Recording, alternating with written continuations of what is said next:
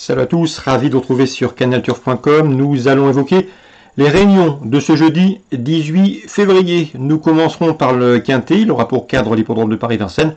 Il s'agira du prix de Château-Renard. Ensuite, j'aurai des informations à vous transmettre concernant la réunion 3 sur l'hippodrome d'Argentan, où j'ai pu m'entretenir avec plusieurs drivers et entraîneurs étant très confiants. Nous aurons également une réunion 4 sur l'hippodrome de Fontainebleau, où j'ai également pu m'entretenir avec l'entraîneur Bertrand Lefebvre, qui lui aussi affiche une belle confiance. On commence par Vincennes.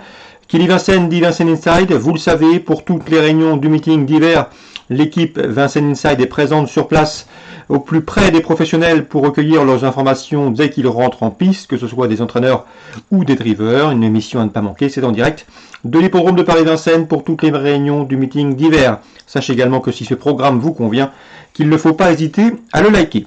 On commence par le Quintet, près de Château-Renard. Je pense que Jean-Michel Bazir détient les clés de cette rencontre.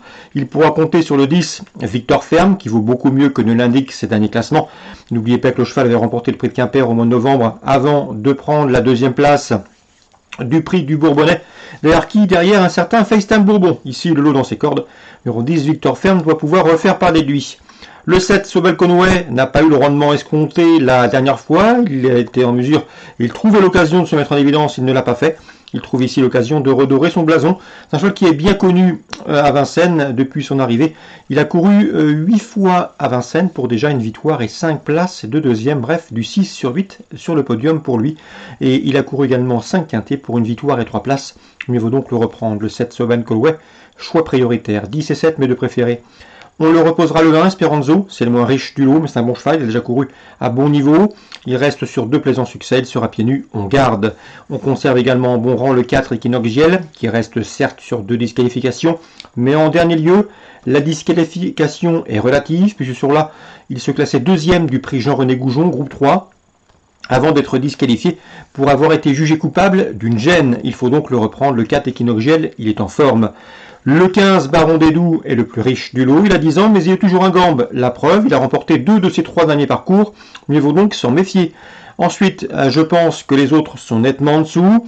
Je tiendrai, pourquoi pas, pour une place, le numéro 6, Dreamer Boy, deuxième d'un quintet, le prix de Granville le 23 janvier sur ce parcours. Le 11, c'est Archibald. Il est a priori barré, mais il vient de prouver sa forme en Belgique. Il revient en France avec des ambitions. Ou encore le numéro 9, Hard Times, qui reste sur plusieurs échecs, mais au regard de ses meilleurs titres, il peut ici grappiller une 4e, 5e place. Bref, vous l'aurez compris, 5 chevaux pour moi se dégagent.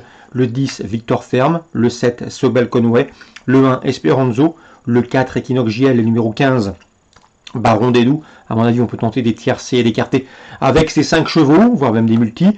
Le 6, Dreamer Boy, se tiendra en embuscade et éventuellement pour une combinaison plus élargie pour ceux qui aiment les champs réduits pour le 11 ou le 9. Mais a priori, les 5-6 premiers de ma sélection devraient pouvoir se tailler la part du lion.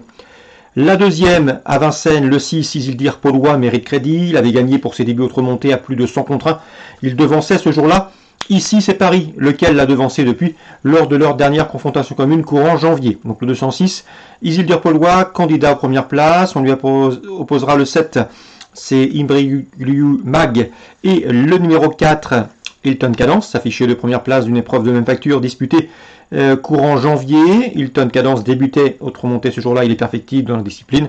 Donc 206, 204, 207, choix préférentiel. Concernant Cyprien du Banchet, il présente le 1, X The Best. Il estime beaucoup ce poulain et d'après lui, le cheval pourrait bien un jour affronter les meilleurs de sa promotion. Mais il vaut donc l'inclure dans un trio si vous aimez jouer en champ réduit et les amateurs de grosses cotes.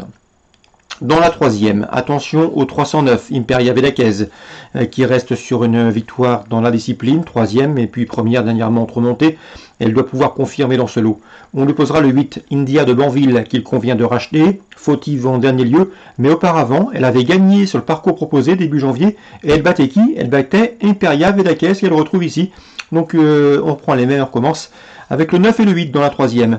Concernant Didier Levernet, il m'a dit du bien du 3, Inès Primo, qui d'après lui est taillée pour réussir autre montée. Elle a une souche maternelle pour aller autre montée. Elle pourrait bien venir corser les rapports d'un trio.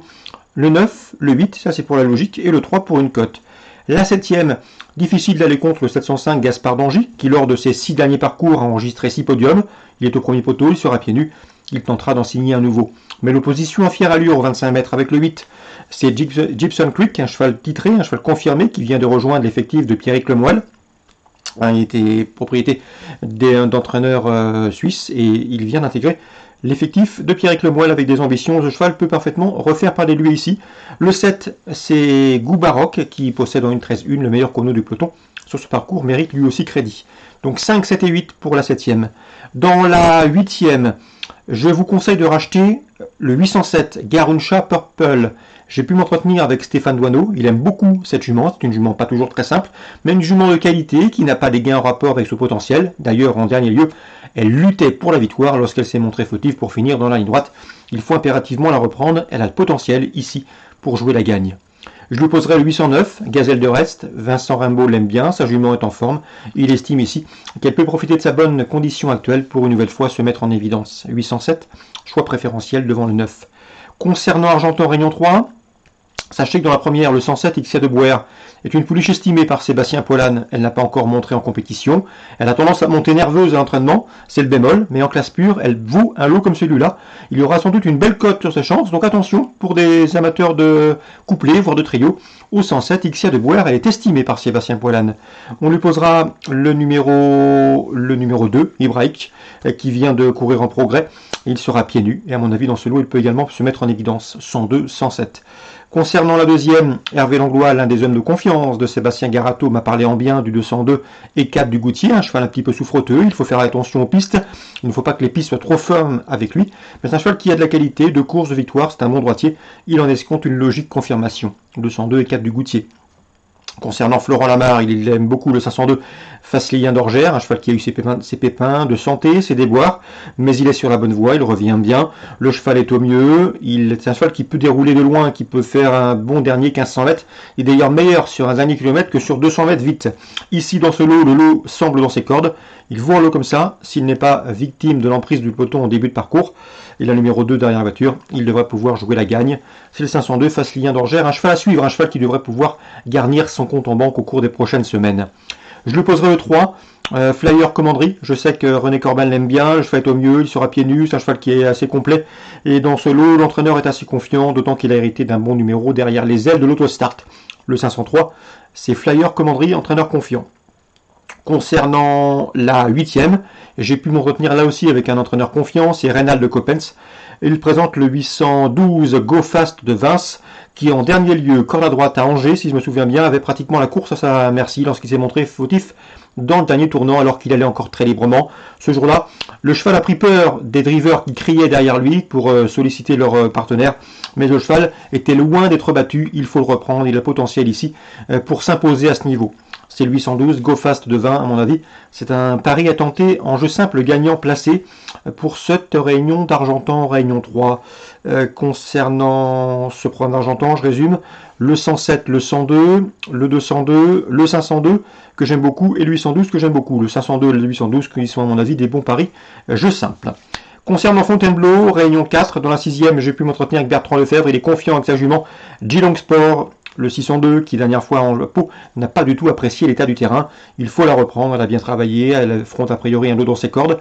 Elle est un petit peu meilleure sur le steeple, mais il est assez confiant ici, car elle a assez de vitesse pour s'adapter en haie, et elle a pour elle sa condition physique avancée. À mon avis, sa principale rivale sera le 5, Get Work, présenté par Emmanuel Clayeux, lequel n'a pas pour habitude de venir à Fontainebleau à des fins touristiques. Donc le 602 et le 605, mes deux préférés pour Fontainebleau, Réunion 4. Excellent jeu à tous, bonne journée, et rendez-vous désormais demain pour une nouvelle émission. N'oubliez pas de liker ce programme s'il vous a convenu.